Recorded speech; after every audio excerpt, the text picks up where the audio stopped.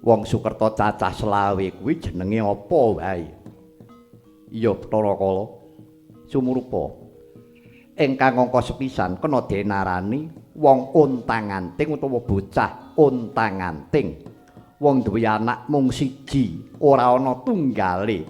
Lanang waduna sinebut untang-anting.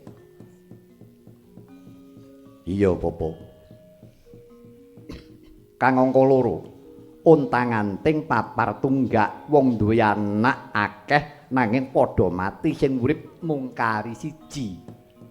Kuwi kena denarani untang-anting tunggak arit utawa papar tunggak.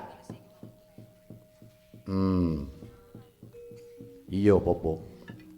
Banjur ingkang angka 3 kang sinebut kedana kedhine wong duwe anak loro lanang wadon utawa wadon lanang.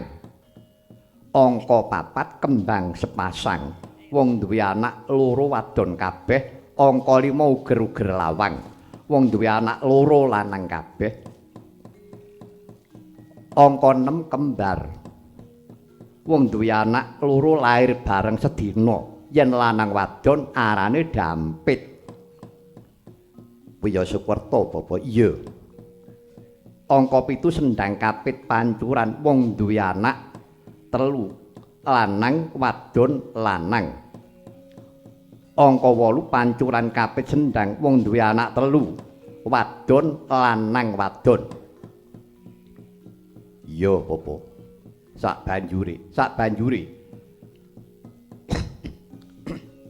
ingkang angka 9 ingkang sinebut gotong mayit wong duwe anak 3 lanang kabeh. Angka 10 cukit bulit wong duwe anak 3 wadon kabeh. Srimpi kuwi angka 11 sinebutake srimpi wong duwe anak 4 wadon kabeh. 12 saramba wong duwe anak 4 ya kuwi lanang kabeh. Lah dalah. Iya Bapak. Banjur kang angka 13 sinebut lumpat kidang utawa gilir kacang.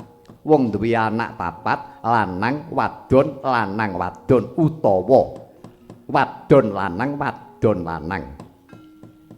Angka 14 sinebut Pandhawa wong duwe anak 5 lanang kabeh. Angka 15 Pendhawi wong duwe anak 5 wadon kabeh. 16 Banteng Irit Jawi wong duwe anak 5 mbarepe wadon sing lanang 4. 17 Jawi Ngirit Banteng wong duwe anak 5 mbarepe lanang